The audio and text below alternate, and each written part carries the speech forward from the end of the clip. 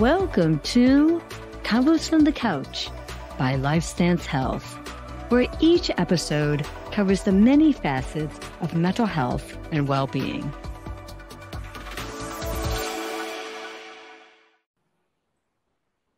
Hello, I'm Nicolette Lianza, and on this episode, I'll be talking with therapist Meg Verstraete about how difficult co-parenting can be when divorced, especially over the holidays, if the parents don't get along and have high conflict. So welcome, Meg. Great to have you back on. Thanks, Nikki. It's great to be back as well. I look forward to you giving us some tips of how to navigate this, especially parents who are divorced, and how to navigate all this. So what are some common challenges that high conflict co-parenting parents face during the holidays?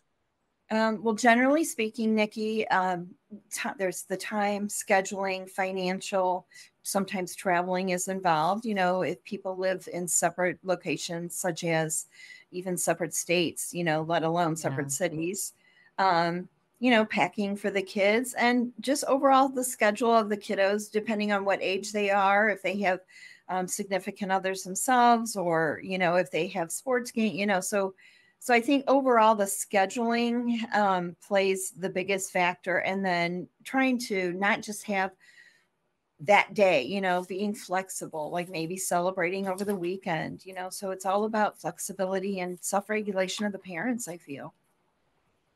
And you know, it sounds like that's probably easier said than done as we kind of go more into that for sure. Yes. So what is your advice for co-parents who are struggling to get along during the holidays? So I think the biggest thing is to remember to put the kids' needs first, help them to remain flexible, and if possible, be as consistent as you can, and try to just communicate effectively to the co-parent, so it makes it an enjoyable time for the kids, because it can also cause a lot of anxiety for everybody involved, whether it's extended family or people that don't get to see the kids, you know, regularly. What is your advice for co-parents who are struggling to get along during the holidays? I guess the best advice I could give, Nikki, is for the co-parents to put the needs of the kids before their own, and help them also to remain flexible and listen and validate their feelings, because it's quite common for the children who go back and forth anyway to have a lot of dysregulation prior to leaving on most transition times, and then also flexibility for the extended family that's going to attend, you know, because, you know, everybody wants to see the kiddos, but they're not always, you know, going to see them when they're regulated, probably. So just to remain flexible and calm. Again, doing a lot of deep breathing to kind of keep you there, right? For sure. Yeah. For sure. So how can co-parents improve their communication with one another to avoid So, conflict? okay. So communication, I would, I guess the main thing is to keep it simple and to the point, such as, we are thinking of having, let's, for instance, go Thanksgiving. We're thinking of having our Thanksgiving on Thursday at 2. Does that work for you? Or when do you plan on having yours? And you can communicate via email if the emotions are high. A lot of times that's kind of what's best in those high conflict cases, and hoping that the communication will flow. If it doesn't, you really can't control that. So you could just make an overall decision to, hey, we're going to just have our dinner on Saturday, or we're going to get together on Friday afternoon. So that leaves, you know, the actual day for the other parent. So basically planning to take the higher road anyway. Got you. Trying to compromise where you can, but definitely, the best way is to always try to take that higher road. For sure. Right? Yeah, definitely. Plan Again, B. I feel like the theme here is like easier said than done, but that's where it's really bearing down, and because that's going to be the best way to navigate the conflict. Right. And then a couple things I like to work with people in is the nonverbal directives, basically, just remember how you present the idea to your kids matters. So if you're like up in a frenzy, they're going to totally feed into that. And to tell yourself what I need in this moment, which is a strategy I like to use with my people that, get increased in anxiety, whether it be the kids or the parents. What do I need in this moment? What matters is, and another one is just parenting from a self-regulation space. Tell us more about that. What does that mean?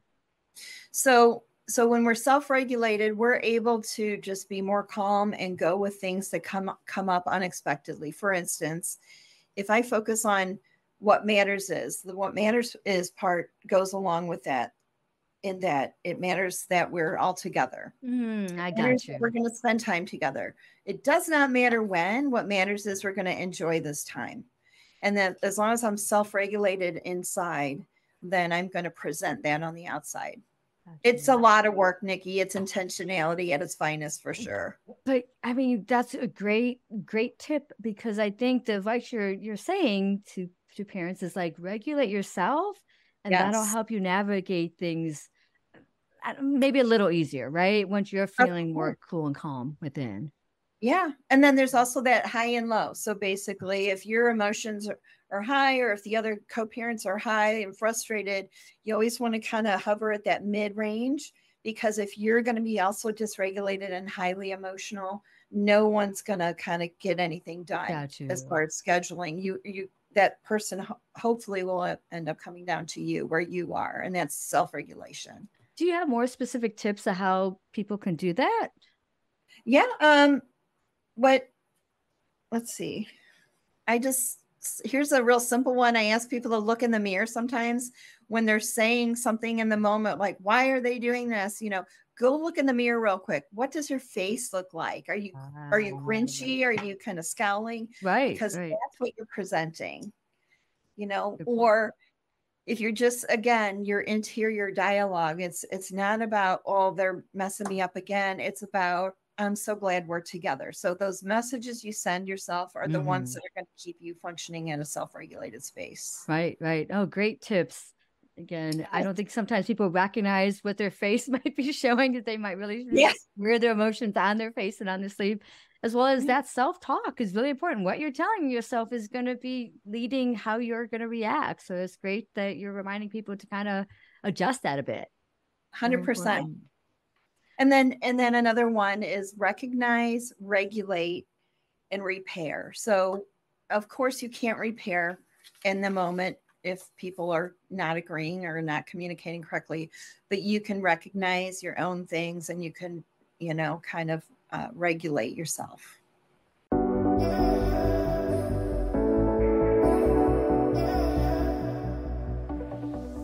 Good. Great tips there, Meg. Thank you. Yeah.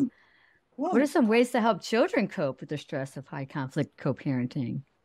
Okay. So I think this is the biggest part, is remember that the kids are each a part of you. If it's a biological parent situation, of course, if they're adopted, just by nurture, they're going to be part of that parent's family.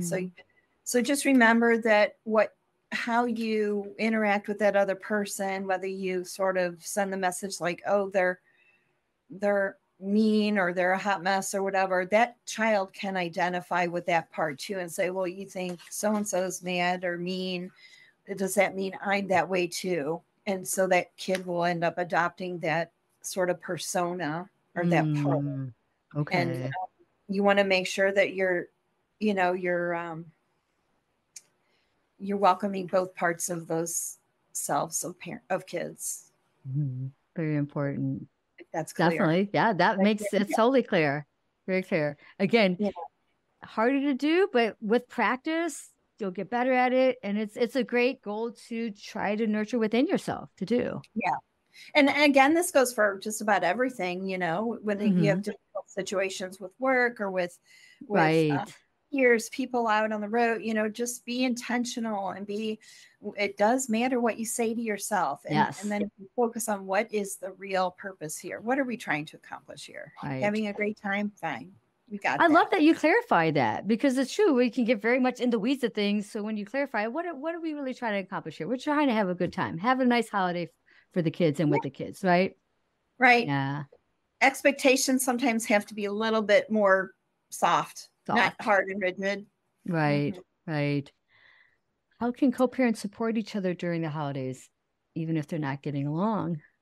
Okay. I would recommend if those co-parents are struggling to get along, they can keep in mind that if a specific day is needing to be shared, try stretching it out. Again, going back to those other days, having more than 1 or 2 days. Like, okay, you're taking the actual holiday. Well, we're going to go ahead and take that following Sunday, or we're going to have that Saturday evening into Sunday. And that way, it's a lot easier for the kids too to adjust, and they can feel a little more like relieved instead of trying to Right. get everywhere on the same day. And Right. somebody's going to be crabby at some point anyway, let Right. alone when they try to go to all the different houses. Very true. Very true. Meg, this is just wonderful advice you're giving us as guidance. Anything else you'd like to share? Yeah, just a couple more off the top of my head.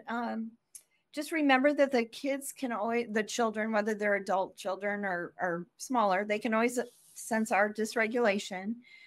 They need that nonverbal permission to love and have a relationship with each of the parents, and help them manage in this way. Like, you can validate their anxiety or their feelings. If they have some strong emotions, just validate, hey, this must be really hard. I understand you're frustrated. Is there anything you need? What can I do to help support those needs that you have? And you always want to approach it from basically a love and logic perspective, or a win-win. Like, Mhm. if it's just a win for one parent but not the other, that's really not a win for the kids. So you want it to Good be point. both enjoyable and free, kind of free to move and be more fluid.